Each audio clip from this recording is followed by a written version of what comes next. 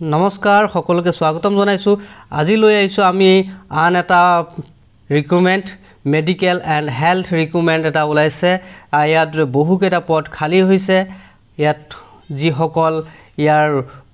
উপযুক্ত প্ৰাৰ্থী হ'ব বা কোৱালিফিকেশন যদি আছে তেওঁলোকে ইয়াত আবেদন কৰিব পাৰিব এপ্লাই কৰিব পাৰিব তাৰে আজি সবিশেষ জনাবলৈ আমি আগবাঢ়িছো আৰু ভিডিওটো স্কিপ নকৰাকৈ সম্পূৰ্ণ চাব তেতিয়া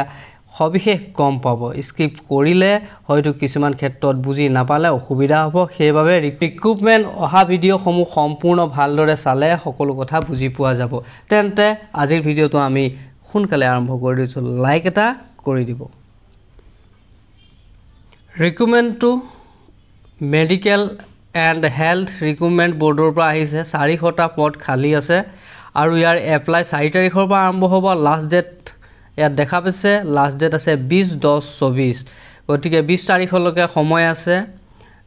আৰু 400টা পোষ্ট খালি আছে ইয়াৰ বাবে কি কোৱালিফিকেশন লাগিব কি লাগিব সবিশেষ আমি আলোচনা কৰিবলৈ গৈ আছো গোটেইখিনি গম পাই যাব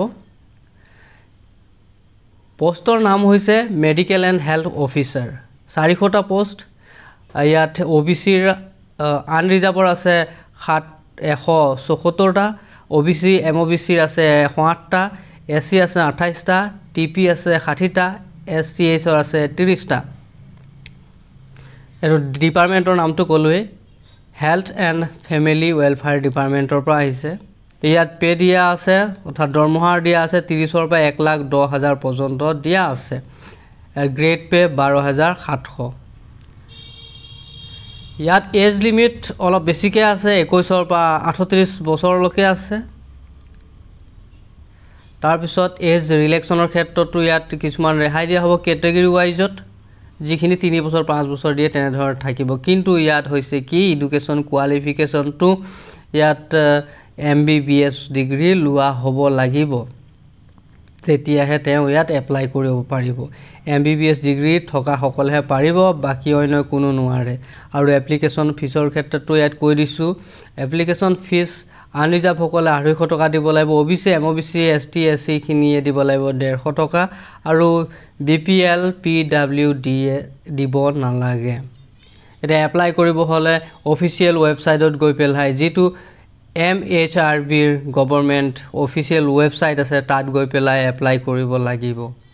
আৰু ইতিমধ্যে কলুৱে 4 তাৰিখৰ পৰা এপ্লাই আৰম্ভ হ'ব আৰু 20 তাৰিখে লাষ্ট ডেট আমাৰ হাতত আহি পোৱা নোটিছখন অৰ্থাৎ এডভাৰটাইজমেন্টখন হৈছে এখন দেখা পাইছে আপোনালোকে medical and health recruitment board of আসামৰ ফালৰ পৰা এইখিনি দিয়া আছে ইয়াত পোষ্টৰ সংখ্যা লিখা আছে 400টা আৰু কোড কেনেকে এইখিনি গুটেইখিনি ভাগ কৰি দিয়া আছে আৰু টোটাল পোষ্টৰ সংখ্যা কলুৱে কি কোৱালিফিকেশন লাগিব সেইখিনি মই ইতিমধ্যে ইয়াত থকাখিনিয়ে তাত দিয়া হ'ল দিলুৱে এজৰ ক্ষেত্ৰটো কলহু 21ৰ পৰা 38 বছৰ এডুকেশন কোৱালিফিকেশন কলো MBBS ডিগ্ৰী থকা হ'ব লাগিব বাকি প্ৰসেস বিলাক সকলোৰে একেই থাকে ডকুমেন্টস কেনেদৰে কি ফিলআপ কৰিব লাগে ইয়াত এটা অন্যই এপ্লাই কৰিব নোৱাৰিব যি সকলে MBBS কৰা তেওঁলোকে এপ্লাই কৰিব পাৰিব গতিকে আমি ইয়াত এপ্লাই কৰিব নোৱাৰিম আমাৰ MBBS ডিগ্ৰী নাই গতিকে যি সকলে আছে তেওঁলোকক শেয়াৰ কৰি দিব ভিডিওটো সকলোৱে যাতে তেওঁলোকে এই ৰিক্ৰুটমেন্টৰ এডভাৰটাইজৰ ভিডিওটো পায় আৰু তেওঁলোকে এপ্লাই কৰি চাকৰি এটা ল'ব পাৰে গতিকে MBBS কৰা আছে তেওঁলোকে সুন্দৰভাৱে এপ্লাই কৰিব পাৰিব ধন্যবাদ লগ পাম নেক্সট ভিডিওত জয় আই অসম